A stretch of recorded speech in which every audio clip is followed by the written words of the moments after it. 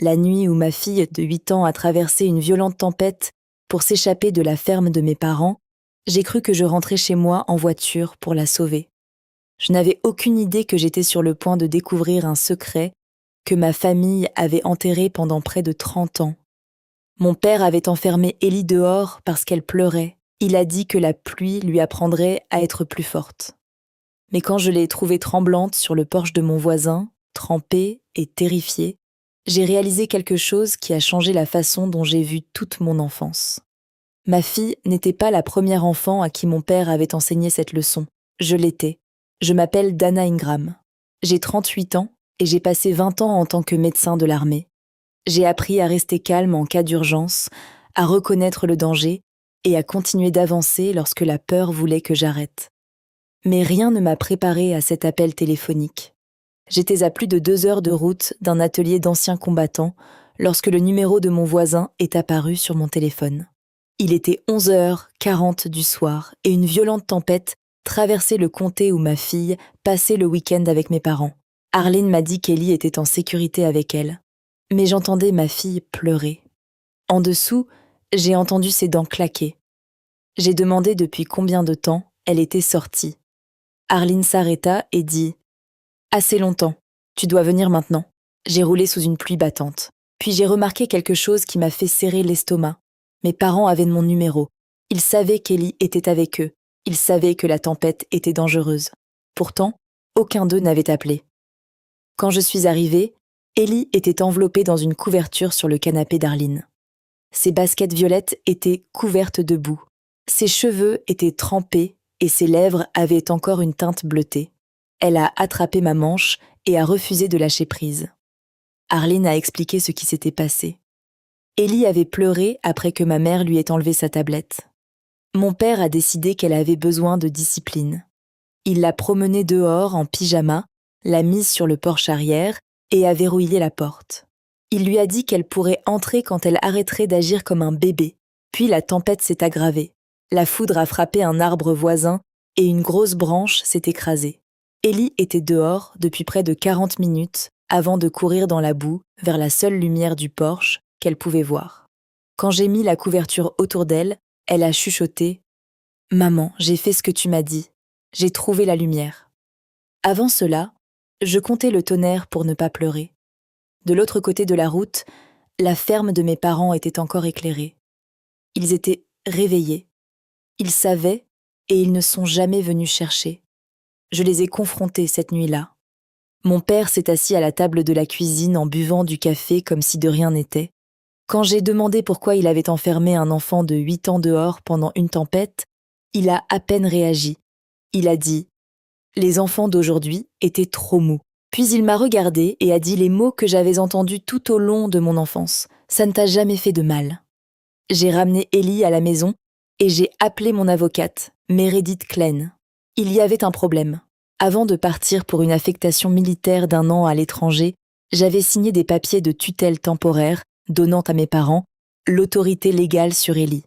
Les documents étaient toujours actifs jusqu'à ce qu'un juge les ait résiliés. Le lendemain matin, j'ai emmené Ellie aux soins urgents. Le médecin a documenté son exposition et sa détresse émotionnelle. Quand l'infirmière a demandé ce qui s'était passé, Ellie a répondu honnêtement. Grand-père a dit que la pluie me ferait arrêter de pleurer. Ça n'a pas marché. Je viens de me taire. L'infirmière devait signaler tout soupçon de négligence. Au lieu d'attendre quelqu'un d'autre, j'ai moi-même appelé les services à l'enfance. C'était l'un des appels les plus difficiles de ma vie. Dans ma famille, les problèmes restaient à l'intérieur de la famille. Tu n'as pas appelé les autorités sur tes parents. Tu es restée silencieuse. Mais j'ai finalement compris que le silence ne protégeait pas Ellie. Il protégeait mes parents. 3 jours plus tard, mes parents ont riposté. Ils ont contesté ma demande de mettre fin à la tutelle.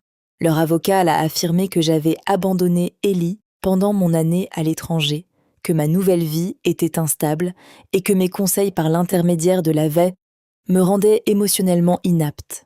Ils voulaient même mes dossiers de thérapie. Ensuite, leur réponse juridique contenait une phrase qui a tout changé. Ils ont admis que la discipline avait eu lieu, mais l'ont qualifiée de pratique familiale de longue date qui ne m'avait jamais fait de mal. Ne m'a jamais fait de mal. L'enquête du comté a commencé.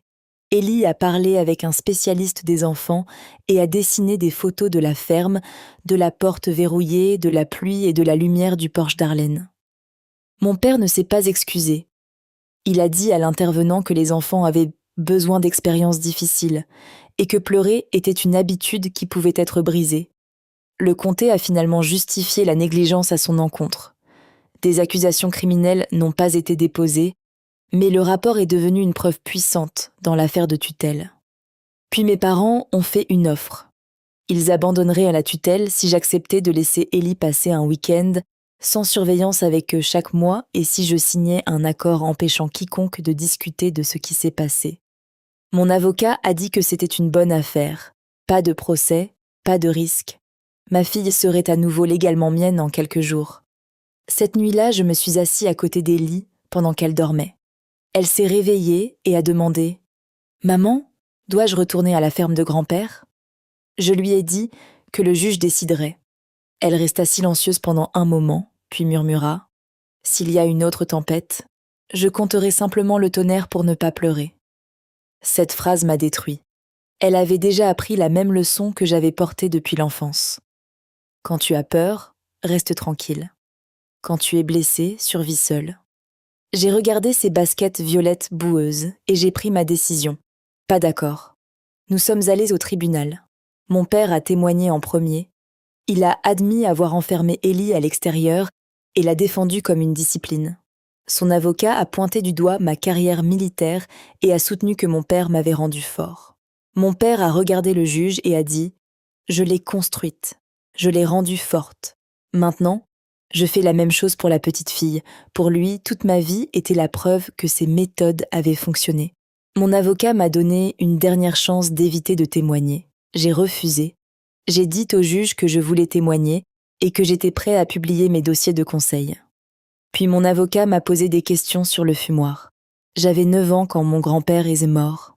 Il était la seule personne qui me faisait me sentir suffisamment en sécurité pour être un enfant. À ses funérailles, j'ai pleuré. Mon père a décidé que pleurer était une faiblesse.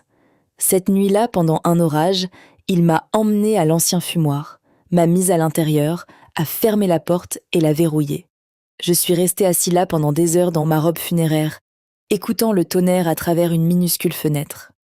Alors j'ai compté un Mississippi, 2 Mississippi. Je me suis convaincue que si j'arrêtais de pleurer, la porte s'ouvrirait. Au matin, j'avais appris exactement ce que mon père voulait que j'apprenne. Ne laissez jamais personne voir que vous en avez besoin. J'ai porté cette leçon pendant 29 ans. Je l'ai portée à travers l'entraînement militaire, les déploiements, le deuil, le divorce et la maternité. Puis j'ai regardé mon père et j'ai dit la vérité au tribunal. « Papa, tu as toujours dit que ça ne m'avait jamais fait de mal. Ça m'a fait mal. Je suis juste devenue très douée pour le cacher. J'ai dit au juge que la thérapie ne m'avait pas affaiblie. Cela m'avait appris la différence entre être fort et simplement être blessé. » Mon père a soudainement crié qu'il avait fait de moi ce que j'étais. Le juge l'a réduit au silence. Puis le tuteur, nommé pour Ellie, a donné sa recommandation. Il a dit que ma fille avait clairement identifié ma maison comme l'endroit où elle se sentait en sécurité. Le juge a mis fin à la tutelle de mes parents, m'a rétabli la garde complète et m'a refusé les visites ordonnées par le tribunal. Une signature a mis fin au combat juridique, mais elle a également mis fin à quelque chose de beaucoup plus ancien. J'ai arrêté de parler à mes parents. Ma mère ne s'est jamais excusée. Mon père n'a jamais admis qu'il avait tort. Ellie a continué à conseiller et ses cauchemars se sont lentement estompés. J'ai commencé un travail civil et j'ai commencé à reconstruire notre vie. Des mois plus tard, une autre tempête a traversé la vallée. Ellie et Isaac et moi, nous sommes assis ensemble sur notre porche pendant que le tonnerre traversait le ciel.